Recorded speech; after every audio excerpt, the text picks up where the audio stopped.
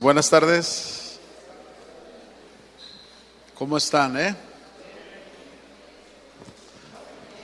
Vamos a continuar donde nos quedamos, libro de Proverbios, capítulo 5.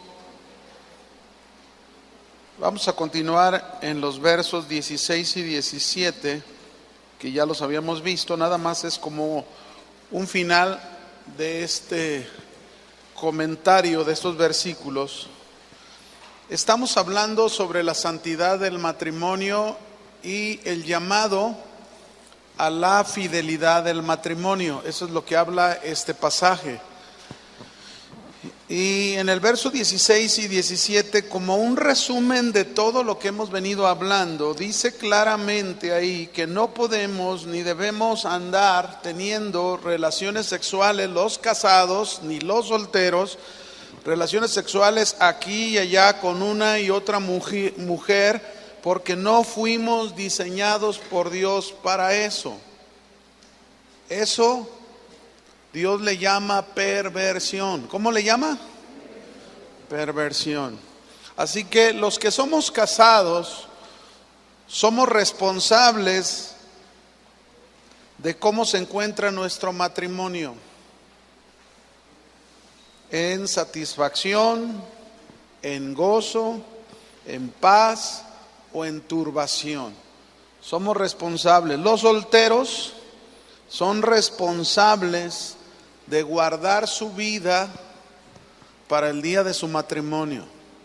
Sea jovencita, sea joven, acuérdate que Dios te llama a una vida de pureza en cuanto a la moral sexual. Y seguimos versos 18 y 19, sigue hablándole a los matrimonios todavía, la santidad. Y ahora dice ahí versos 18 y 19: sea bendito tu manantial y alégrate con la mujer de tu juventud. Como sierva amada y graciosa gacela, que sus caricias te satisfagan en todo tiempo y recréate siempre en su amor. Fíjense cómo el texto está diciendo claramente al decir: sea bendito tu manantial y alégrate con la mujer de tu juventud. Nos está dando a entender de un matrimonio que disfruta de su relación como pareja, que han aprendido a amarse, que han aprendido a entregarse el uno al otro, que han aprendido a buscar la felicidad del uno y del otro, y que ese es el mejor antídoto. Fíjense bien, es el mejor antídoto, la mejor solución para evitar la tentación de cometer inmoralidad sexual. Cuando hablo de inmoralidad sexual me refiero al adulterio, a los que están casados, o al soltero, lo que es la fornicación. El llevar una relación como debe de llevarse, el que un joven se guarde y lleve, incluso si hay un noviazgo, lleve un noviazgo como Dios manda en su palabra, en sus principios. Ese es el mejor antídoto para evitar cometer una inmoralidad sexual. Cabe decir entonces que tanto el hombre como la mujer deben cuidarse en los casados, deben cuidarse en su trato, en su arreglo, en su atracción, en sus detalles, en sus encantos, su romance.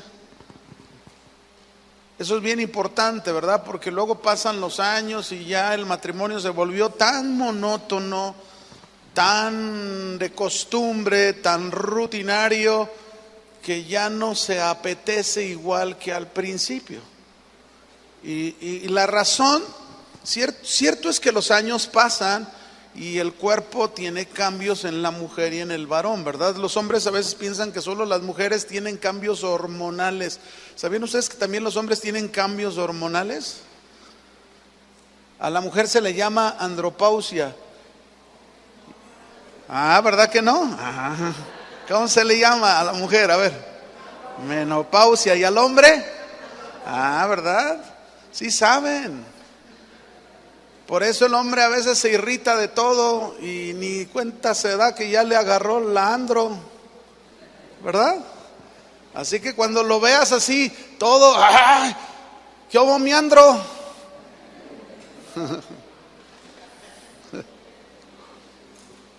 Pero fíjense bien, no importan los cambios que sucedan, no importan las cosas que pasen, es responsabilidad de un varón y de una mujer casados, es responsabilidad de los dos mantener su matrimonio.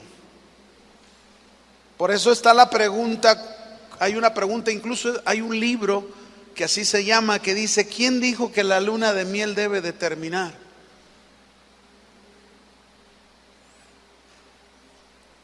Porque algunos dicen, bueno, sí es cierto que yo he conocido parejas, fíjense qué cosas, ¿no?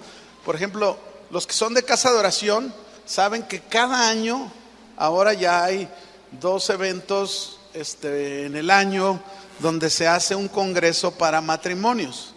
Uno es en Cancún y bueno, había otro que era en Puerto Vallarta, ya se dejó de hacer el de Puerto Vallarta. Se hace aquí en Guadalajara por algunas personas que a veces su economía y lo que sea. Pero la realidad, a mí me tocó llegar a ir a algún congreso de estos donde en la plática, a la hora de una comida, algo, tú les preguntabas a alguna pareja que tenían entre 15 a 20 años de casado y nunca, pero nunca habían vuelto a salir. Y eso es algo, mis hermanos, que no puede sucedernos. Así sea lo más barato que puedas, pero no puede ser, mis hermanos, que no haya una salida solos, como cuando recién se casaron. Algunos a lo mejor ni siquiera desde el principio lo tuvieron, porque se adelantaron, se comieron la torta y tuvieron que casarse, pero rápido, ¿verdad?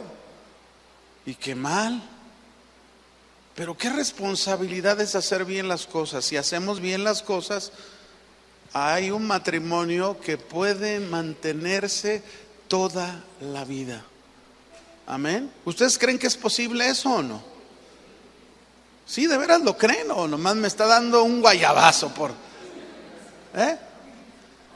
Sí, sí se puede. Dios nos exhorta entonces a mantener nuestro matrimonio de tal manera que no se pierda el enamoramiento, la conquista. Mire, en los novios, desde los novios, tratamos un tema que se llama ¿cómo mantener tu conquista? Toda la vida, no solamente desde que empiezas como novio, sino toda la vida mantener esa conquista, ¿verdad? El que realmente tengas a tu pareja, ahora sí que enamorado de ti, ¿verdad? Eso es importante, aunque haya cambios, aunque se puso gordito, ¿verdad? Era bien flaquito, yo era bien flaquito, imagínense. Y le digo a mi esposa, oye, ¿me metiste al microondas o qué? Pero bueno, para el Hijo de Dios, fíjense bien, para el Hijo de Dios, ¿cuántos son hijos de Dios? Para los hijos de Dios, el hogar cristiano debe de ser una figura de lo que es la relación de Cristo con su iglesia. Y no puede haber una relación más elevada, más santa que esta, la relación de Cristo con su iglesia. Es por ese motivo que debe resultar altamente valioso el matrimonio para los que estamos casados y cuidar de no separarnos. Cristo jamás se separó de su iglesia. Al contrario, Cristo se unió más a su iglesia. Dice la Biblia que el que se une a Cristo es uno con Él. ¿Es qué? Uno con Él. Tristemente hoy vemos matrimonios que dice la Escritura, dejará al hombre a su padre y a su madre, se unirá a su mujer y los dos serán una sola carne. Y luego en el transcurso de su matrimonio deciden separarse. Si son uno, deciden separarse. Y es triste porque tanto a los líderes como pastores, que somos responsables de las iglesias, deberíamos de estar preocupados por lo que sucede, mis hermanos, en las parejas cristianas, porque pareciera que en las parejas cristianas, dice uno, pues no debería de haber esa separación, no debería de haber esos divorcios, no los debería de haber, pero los hay, y la tasa crece. Quizás a lo mejor podríamos decir cristianos ancochados o medios cristianos como que no lo son. No lo sé. Pero la realidad es que es preocupante. Por eso los pastores, los líderes tenemos la gran responsabilidad de ser un ejemplo en nuestros matrimonios, de llevar matrimonios llenos de amor, tener un sincero deseo de averiguar qué está pasando. La realidad, mis hermanos, el ver matrimonios cristianos que se separan, que se divorcian, nos hace pensar que la palabra de Dios no está afectando la vida de los cristianos. La palabra de Dios quizás no está influyendo sobre los miembros de la iglesia, porque si fuera así, no debería estar sucediendo eso. Dice Hebreos capítulo 13, versículo 4. Hebreos 13, 4.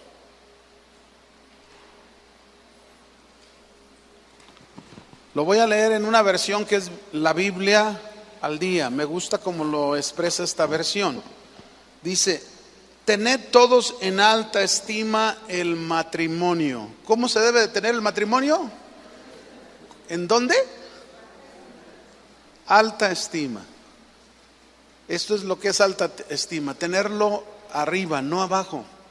En la versión Reina Valera dice: honroso sea el matrimonio en todos. La palabra honroso en el griego significa de gran valor. Cuando nosotros en el matrimonio peleamos, discutimos, alegamos, somos indiferentes, nos vale, como dicen los mexicanos, ¿verdad? Y caemos en ese tipo de actitudes, no estamos haciendo lo que la Biblia dice. No es honroso el matrimonio para nosotros, no es de alta estima el matrimonio para nosotros. Estamos dándole un valor menor. Y quiero que entiendan, mis hermanos, la responsabilidad de darle un valor al matrimonio, al hogar, es de los cristianos. Si los cristianos no le dan ese valor al matrimonio, el mundo no se lo va a dar. El mundo cada día está no queriendo tener nada que ver con el matrimonio. Los jóvenes hoy en día prefieren irse a vivir juntos antes que ni casarse. Y eso habla de cuál es el valor, el concepto que tienen del matrimonio. Quizás muchos de esos jóvenes han visto matrimonios no fieles, no santos en sus hogares. Yo no sé qué es lo que tú has visto, pero la Biblia dice: de alta estima debe de ser el matrimonio y la fidelidad conyugal. Así dice la Biblia al día. Porque Dios juzgará, mire, a los adúlteros y a todos los que cometen inmoralidades sexuales.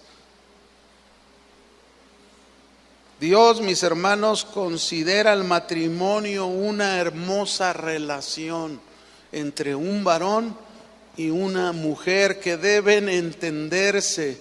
Dios considera el matrimonio de un carácter elevado y santo, y no debe ser tratado como algo impuro. Por eso Dios juzgará a los adúlteros. Vamos a irnos al verso 20 y 21.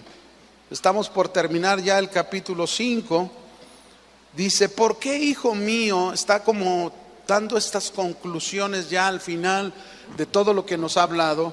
¿Por qué, hijo mío, has de andar ciego con la mujer ajena y abrazar el seno de la extraña? Los caminos del hombre, note lo que dice aquí, los caminos del hombre están ante los ojos ¿de quién?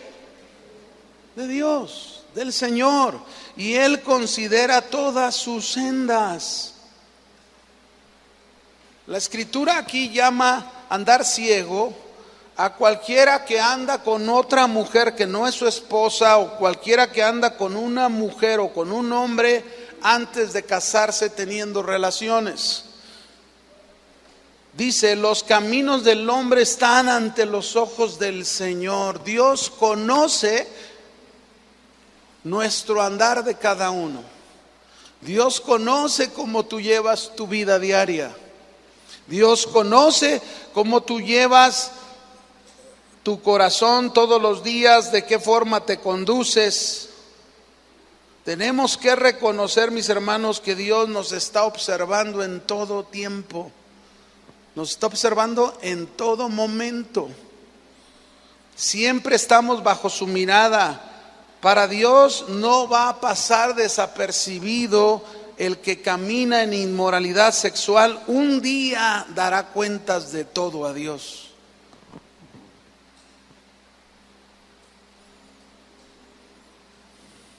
Hay muchos que dicen ser cristianos y tienen la costumbre de vivir de esta manera. Esta gente debe de saber que Dios les ve en cada momento. Nadie podemos escaparnos de la mirada de Dios. Dice el verso 21 en otra versión, fíjense cómo lo dice en otra versión. El Señor está pendiente de la conducta del hombre. ¿De qué está pendiente Dios? De la conducta del hombre. No pierde de vista ninguno de sus pasos. Ninguno. Todos los pasos que demos, todas las malas acciones que demos, Dios lo sabe todo. Nadie puede esconderse de Dios. Por eso, mis hermanos, tenemos que aprender a conducirnos transparentes, sinceros, honestos. A lo mejor tú vives una área de tu vida con la cual tienes dificultad y no la ocultas, no la escondes, vas con Dios, te arrodillas y le dices, Señor, ayúdame. Yo no puedo sin ti. Ayúdame a dejar esta área de mi vida, ayúdame a abandonar esta área de mi vida, ayúdame a hacer morir esta área de mi vida como dice tu palabra. Hacer morir pues toda fornicación, impurezas y todo ese tipo de cosas que nos habla Colosenses 3, ¿verdad? Entonces, eso es lo que tenemos que hacer. Verso 22 y 23. Apresarán al malvado sus propias iniquidades, retenido será con las ligaduras de su pecado. Él morirá por falta de disciplina y errará por lo inmenso de su locura. Dios dice, mis hermanos, aquí en estos últimos versículos, que habrá un día donde rendir cuentas.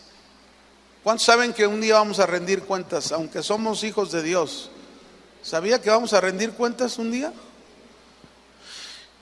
Y ahí en ese rendir cuentas, híjole, qué tremendo. Muchas cosas que no se confesaron, que no se expresaron con Dios. Por eso hace un momento te decía, si tú pasas un tiempo difícil tienes que ir con Dios, porque si no, un día cuando tú le tengas que dar cuentas a Dios, Dios va a sacar eso que nunca lo confesaste, que nunca le pediste, que nunca le hablaste, nunca fuiste sincero, pero Dios lo sabe y Él te va a decir, ¿qué pasó con esto? Ahí no lo podrás ocultar porque Él va a sacar como una pantalla, ¿verdad?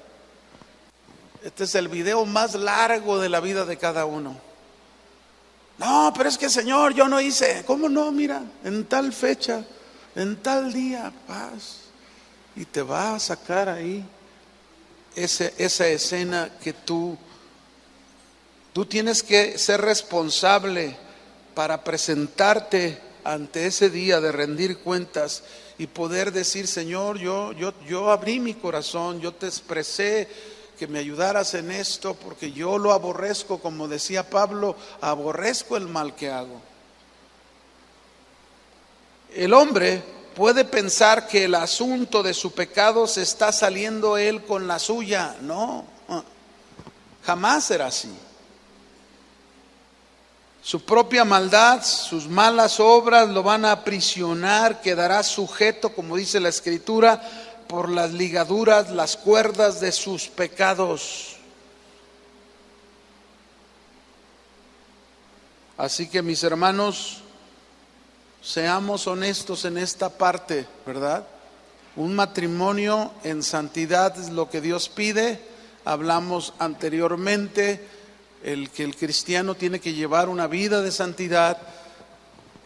Y bueno, aquí terminamos este capítulo 5, así que dele vuelta a la hoja y vamos a empezar el capítulo 6 de Proverbios. Y va a cambiar de tema. No todo habla de eso, ¿verdad? Aunque mucho el libro de Proverbios insiste en esta parte, pero aquí va a hablar de otras cosas. ¿Qué tema va a hablar el capítulo 6 ahora? El capítulo 6 nos va a hablar, usted póngale este título: Buenos principios para la vida diaria. Buenos principios para la vida diaria. Este capítulo abarca muy diversos temas. Comienza con algunos consejos apropiados para los cristianos, fíjense bien, pero también son consejos prácticos de la vida para no cristianos del mundo actual. Son simplemente buenos principios. ¿Qué son?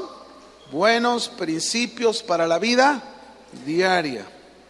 Así que si vivimos usted y yo según nos dirige la palabra de Dios, encontraremos que esta será muy provechosa para nosotros en nuestro mundo en el que vivimos. Somos mayordomos, administradores de todo lo que Dios nos ha dado en nuestra vida, la vida material. Tenemos que responder al Señor por la manera en que nosotros disponemos de lo que Dios nos da, de todos los recursos que Dios nos provee. De manera, mis hermanos, que es malo desperdiciar nuestra vida, es malo desperdiciar nuestra vida, nuestros planes, siendo malos administradores de los recursos que Dios nos da.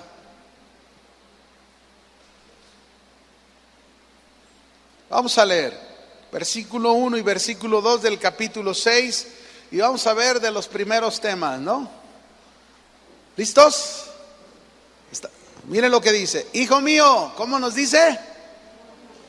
Hijo mío, si has sido fiador por tu amigo o le has empeñado tu palabra a un extraño, te has enredado con las palabras de tu boca y has quedado atrapado con los dichos de tus labios. Fíjese cómo comienza con un buen principio. Comienza con dos consejos que resultan tan útiles para nosotros en todo tiempo. Nos está diciendo que no seamos fiadores. ¿No seamos qué? Fiadores. Avales. No firmar un documento por un amigo, por un lado. Por otro lado, no ponerte en sociedad con una persona extraña que piensa diferente a ti, que no conoce a Dios. A veces vemos cristianos así haciendo sociedades con gente inconversa que no conoce a Dios. ¿Ustedes creen que va a resultar? ¿Esto es un yugo desigual? Tarde o temprano va a haber un problema, porque tarde o temprano el que no es inconverso no va a querer pagar impuestos y el que es cristiano va a querer pagar todos los impuestos. Porque usted paga todos los impuestos, ¿verdad que sí? Mande. ¿Me hablaba?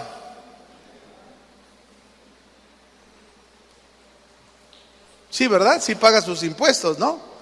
¿O no?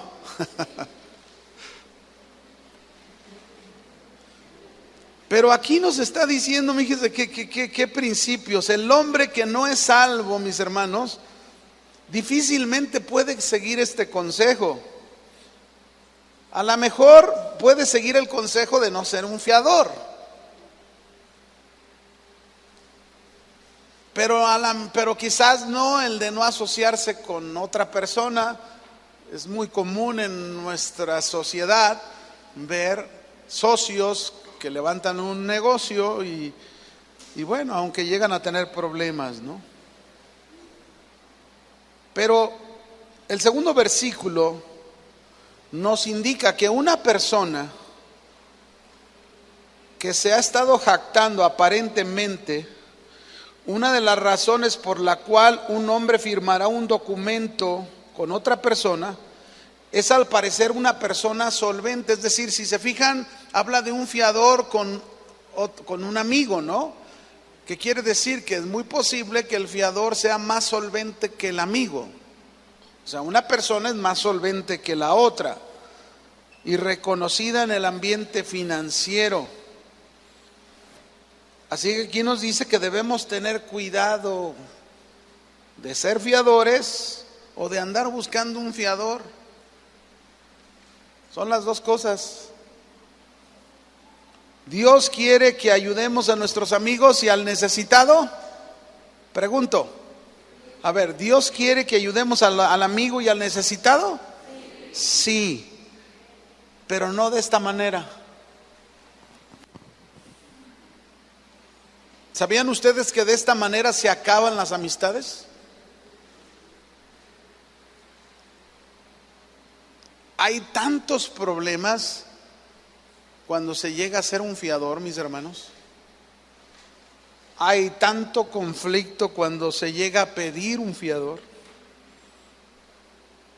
Porque se promete cubrir los costos del compromiso, pero algo puede pasar en aquel compromiso que después eso trae grandes problemas al fiador.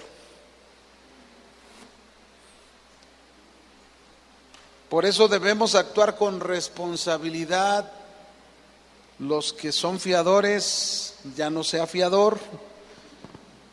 Prevéngase, porque eso puede traer problemas hasta a su familia y a su propia vida. El hombre nunca, mis hermanos, nunca debe de ser un aval por más de lo que sea capaz y dispuesto a pagar. Aunque tenga capacidad financiera, no debe de hacerlo. Ese es el llamado de Dios.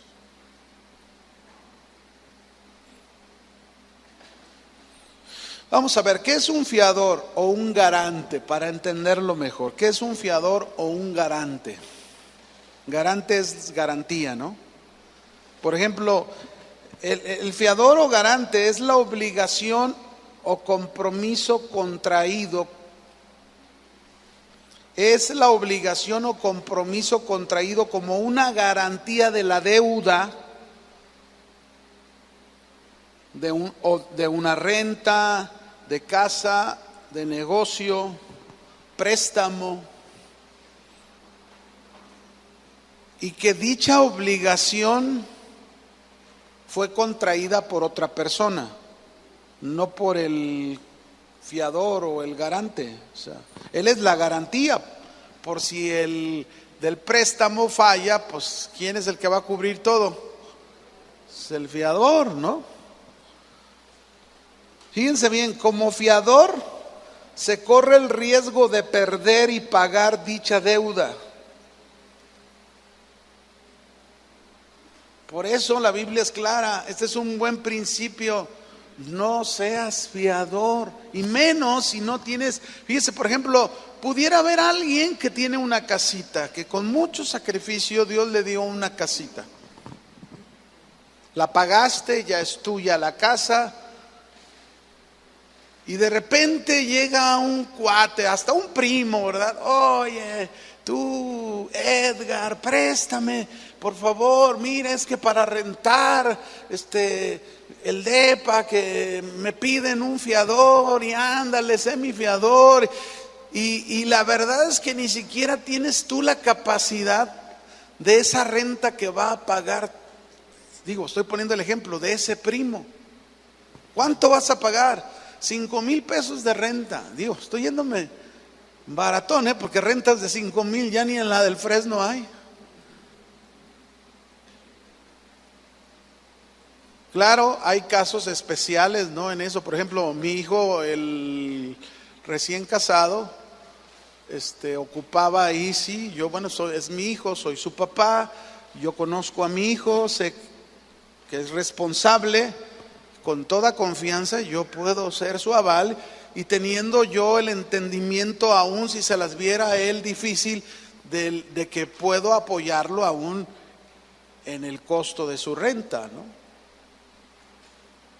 Pero es mi hijo, es muy diferente, porque yo conozco a mi hijo. Si yo lo conociera a mi hijo, que es perezoso, es irresponsable, no cumple, vive siempre buscando la manera, no, pues no le presto ni el zapato.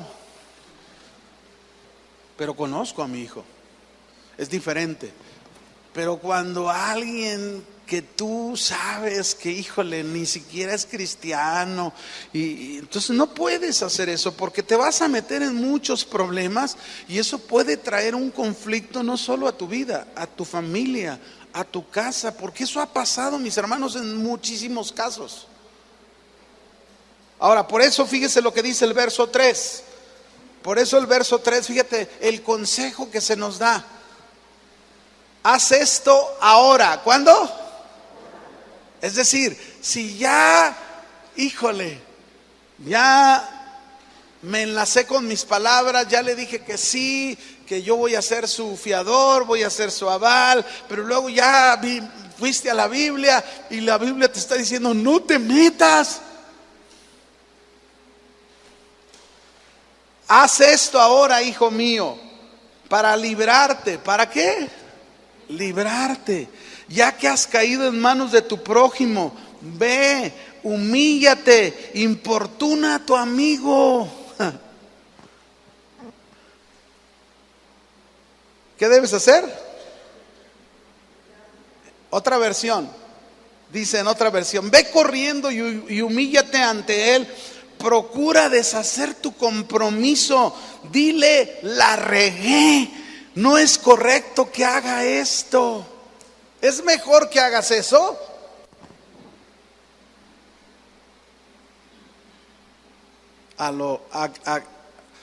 ¿Vas a perder un amigo? Y aparte de perder un amigo, te vas a meter en problemas. Entonces es mejor. Esta versión está más clara, ¿no les parece? Ve corriendo y humíllate. Procura deshacer ese compromiso y dile, la regué. Yo un día la regué, pero no, fíjense, la regué hace años, cometí un error. Y muchas veces lo hace uno porque ni siquiera le preguntas a Dios. ¿Cuántas veces te ha pasado que haces algo, decides algo y no le preguntaste a Dios y te metiste en un lío? Y en un lío que ni siquiera era tu intención, pero te metiste en un problema. Hace años me pasó algo. Yo tenía el problema de mis ojos. Ya había operado mi ojo derecho, pero estaba en el proceso de recuperación. Entonces, pero todavía no podía trabajar. Para esas alturas, cuando yo no podía trabajar por lo que Dios había hecho en mi vida, yo ya recibía un recurso porque me pensionaron por causa de mis ojos. Y entonces, con eso yo pues sacaba aunque sea para comer, alcanzábamos para comer, ¿no? Pero un día, una familia que yo conocía muy bien, que eran familiares de parte de mi esposa, lo perdieron todo. Te estoy hablando en el tiempo en que hubo una devaluación y los años siguientes fueron muy difíciles. Y lo perdieron todo, perdieron toda una residencia que tenían, la verdad, literalmente se quedaron en la calle. Entonces yo no le pregunté a Dios. Yo vine con mi esposa y le dije, bueno, Dios nos dio esta casa, la casa donde vivimos, ya Dios nos la había dado como un milagro por causa de mis ojos. Y entonces yo dije, bueno, esta casa puede servir de bendición, pero yo nunca le pregunté a Dios. Entonces yo dije, no, pues diles que se vengan aquí mientras él consigue un trabajo y se van a vivir a otro lado. Pues se vino toda la familia. Entonces la casa es de 2 plantas. Y yo dije, bueno, les vamos a dejar todo lo de abajo. Abajo había 3 recámaras. Les vamos a dejar abajo. Mi casa tiene 6 recámaras. Entonces dije, bueno, abajo que se queden y nosotros nos quedamos en la parte de arriba. Mis hijos estaban chicos. Entonces les dejamos toda la parte de abajo, ¿no? Y empieza el show. Porque nosotros acostumbrábamos a dormirnos a más tardar a las 10:30, 11 ya estábamos, mis hijos ya estaban dormidos. Yo prendía la tele para ver las noticias y ya a las 11 estaba dormido. Pero luego se oía un relajo a la 1 de la mañana, a las 2 de la mañana abajo, todas las luces prendidas. Y yo me rascaba la cabeza, ¿qué pasó aquí? Era un desajuste, ¿no?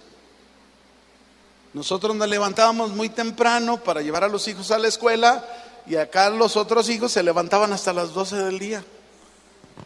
Y luego llegó el recibo de la luz. Pues me asusté y empezó a haber conflicto. El recibo del teléfono empezó a haber conflicto, era diferente, no le puedo decir de tan exagerado que subió de lo que yo pagaba. Y empezó a haber problemas. Y entonces, al final pasaron 8 meses, fíjese, 8 meses en que tú tratando de ayudar, en lugar de ayudar, pues saliste como ¿cómo dicen? El malo de la película, ¿no? Y se fueron de la casa después de 8 meses. Y yo sufrí, créame, yo lloraba en las noches porque le decía, Señor, yo no quise hacer esto para quedar mal. Tú sabes que hice lo mejor. Y que Dios me habla. ¿A cuántos Dios les habla? Sí, híjole, que me habla el Señor y me dice, oye, ¿cuándo me preguntaste? Tómela. Me dieron uno, pero bien fuerte. ¡Pah! Casi me sofocó. Para empezar, lo primero, ¿cuándo me preguntaste? Dice, yo tenía un plan para él, porque eran cristianos. Yo tenía un propósito de trato para ellos, pero tú te interpusiste. Y el trato que era para ellos también fue para ti. Hágale clic. Híjole, hermanos, por eso no haga nada, ni crea que usted es más bueno que Dios. Pregúntele a Dios, Señor, ¿está bien esto que voy a hacer? ¿Te parece que es correcto? ¿Es sabio, Señor? Aquí dice tu palabra que no sea fiador. Pues no voy a ser fiador. No puedo ser aval de nadie. Amén.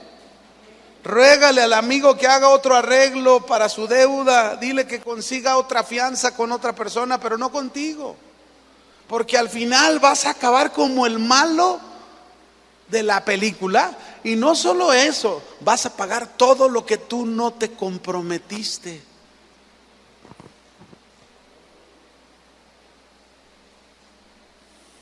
Fíjense bien, mis hermanos, ser fiador es estar dispuesto a pasar por ansiedad, pues el deudor no cumple su compromiso de pagar. La presión de cobro va a venir sobre ti. Yo lo viví, por eso te lo digo, fue algo tremendo. Dios me dio una lección. entre tantas que me ha dado, que he tenido que pasar. Digo, espero no ser el único, yo creo que también a ti te ha pasado. Has cometido errores y has decidido mal, ¿no? Y para que no pienses, ay, siempre hablan los pastores de nosotros, de ellos no hablan. Yo te estoy hablando de mí. Yo también la he regado. He aprendido a base de golpes muchas veces. Dice el verso 4 y 5. ¿Lo tienes? No des sueño a tus ojos, ni dejes que tus párpados se cierren. Escápate como una gacela de manos del cazador y como una ave de manos del que tiende trampas. Es decir, no te demores en tomar la decisión, aclara tu situación, resuelve tu asunto donde ya te enlazaste con tus palabras o te comprometiste con alguien. O si ya eres fiador, sal de ahí como puedas. Si ya firmaste un documento, no te voy a decir ya te amolaste, no, arréglalo. Fíjense, he conocido casos tan tristes, pero tan tristes como no tiene una idea. Hubo una hermana que ya está con el Señor, que un día su hijo vino y le dijo: mamá, voy a empezar un negocio, pero necesito escrituras de una casa. La pobre ancianita era todo lo que el esposo, era viuda, todo lo que el esposo le había dejado, una casita. Y entonces la mamá dijo: pues es mi hijo, lo tengo que ayudar, y le prestó las escrituras al hijo para su negocio. Ahora, ¿está mal que eso se haga? No, siempre y cuando conozcas bien a tu hijo, repito, y sepas que tu hijo te va a responder como sea. ¿Me explico? Pero mire lo que hizo. Ella le dio las escrituras. Aquel joven empezó un negocio que a los pocos meses tronó. Y el banco lo buscaba, y ¿sabes qué hacía? Se escondía. Se escondía. Lo peor que puedes hacer ya cuando tú te embarcaste con algo es huir y no enfrentar tu compromiso. Y te lo digo porque también yo lo he vivido. Aun cuando yo pasé lo de mis ojos, yo he compartido, cuando yo viví lo de mis ojos y me quedé sin trabajo y sin poder trabajar, y yo había adquirido compromisos porque llevaba una vida de un buen sueldo, de un buen trabajo, y cuando vives así piensas tú que eres dueño de aquí, de allá, y venga esta tarjeta y venga esta otra tarjeta, y gastas y nunca te imaginas lo que puede llegar a suceder, y piensas que, y bueno, mientras tienes dinero pagas y resuelves compromisos. Pero ¿qué cuando algo sucede? Como en el caso de su servidor, que llega una enfermedad. ¿Qué vas a hacer? ¿Vas a huir de tus compromisos? Yo no huí, yo me enfrenté a todos mis compromisos y Dios me ayudó a resolver cada uno de mis compromisos. Pero nunca me rehusé dar la cara, nunca. Y eso es lo que tenemos que hacer.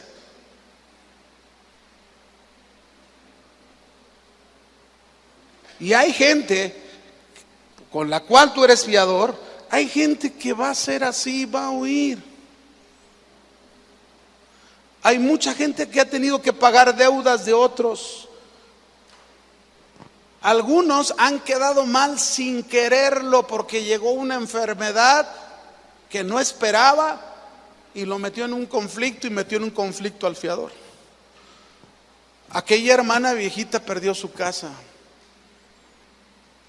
La perdió. Jamás el hijo dio la cara, jamás el hijo salió, mamá, no te preocupes, yo voy a, no sé qué voy a hacer, pero voy a resolver este problema para que tu casa siga siendo tu casa. Al contrario, el hijo le dijo: no te preocupes, mamá, yo luego te voy a comprar una más grande, mejor. Ni una bicicleta le compró. Es increíble. Otros han quedado mal por deshonestos y sinvergüenzas, por flojos, por perezosos. Y eso es lo que realmente la Biblia dice. Cuando el Señor me bendijo con mi casa, su casa, yo recuerdo que ya un día di un testimonio de aquello que había pasado. Entonces, un hermano que estaba pasando por muchos problemas financieros, un día fue a visitarme a la casa y me dijo: hermano, es que fíjate que estoy pidiéndole un préstamo al banco, pero el banco me está pidiendo un fiador, un aval, y yo sé que tú eres bien buena onda, ¿tú me puedes prestar las escrituras de tu casa? Y con todo y pena yo ya había leído Proverbios, gracias a Dios.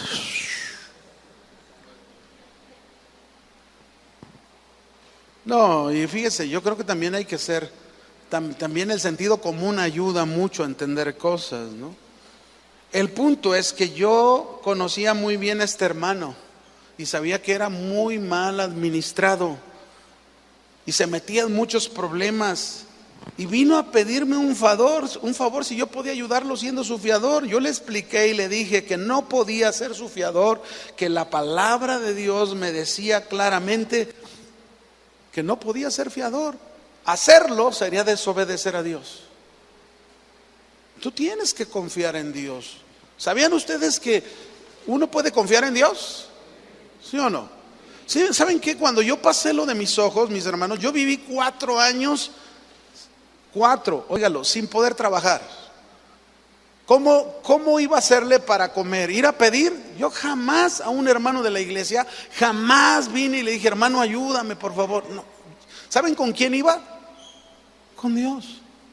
Doblaba mis rodillas y le decía: Señor, tú has prometido que nunca me dejarías. Tú has prometido que siempre estarías con nosotros. Y así fue, y hasta nos llegó a probar. Yo lo he contado, como cuando yo salí de mi trabajo, me dieron una liquidación. De esa liquidación traté de pagar la mayoría de mis deudas. Nos quedamos con un remanente pequeño que nos alcanzara lo más que nos podía alcanzar. Pero llegó un momento en que hasta Dios nos probó y me dijo a mí un día en la noche, tenía ya ahí poquito en el colchoncito que nos quedaba, y Dios me dijo: mañana vas a sacar tu dinero, se lo vas a ir a llevar a fulano y se lo vas a dar. Y yo: ¿a quién le hablas? ¿Al vecino o a quién? A ti. Señor, pero ¿cómo? Si yo no puedo trabajar, yo no puedo producir, es todo lo que tenemos. Mañana se lo vas a llevar. Y cuando Dios te lo dice 3 veces, no hay para dónde te hagas. Tienes que obedecerlo. ¿Sabías? Y eso hicimos.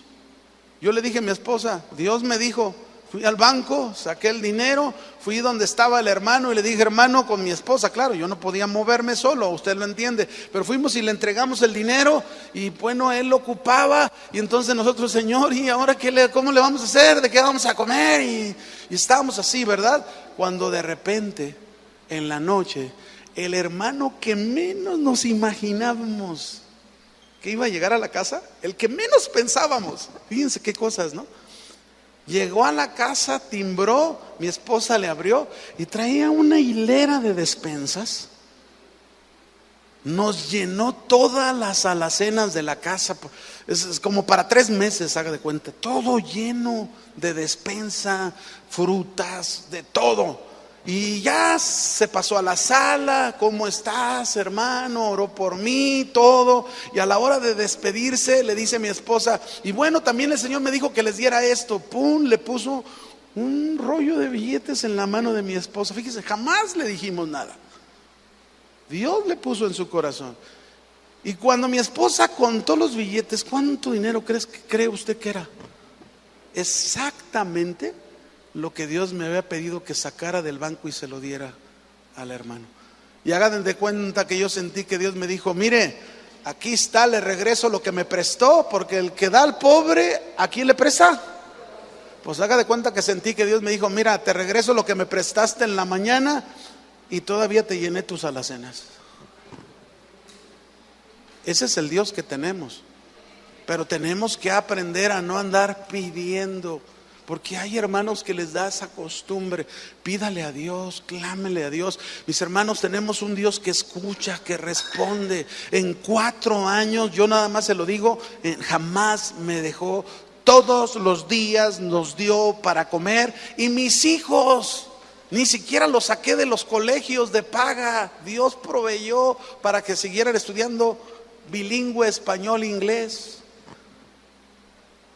Por eso se ríen de mí cuando hablo una palabra en inglés. ¿Cómo dijiste, papá? Le dije, mejor no pronuncio en inglés, porque no sé hablar inglés. Esa es la verdad. Pero ellos lo hablan muy bien. Bueno, esta es una de tantas, hermanos. Así que por favor, no huya, escápese como una gacela. Ya acabamos. ¿Usted cree? Qué rápido. Qué rápido. Bueno, aquí nos quedamos.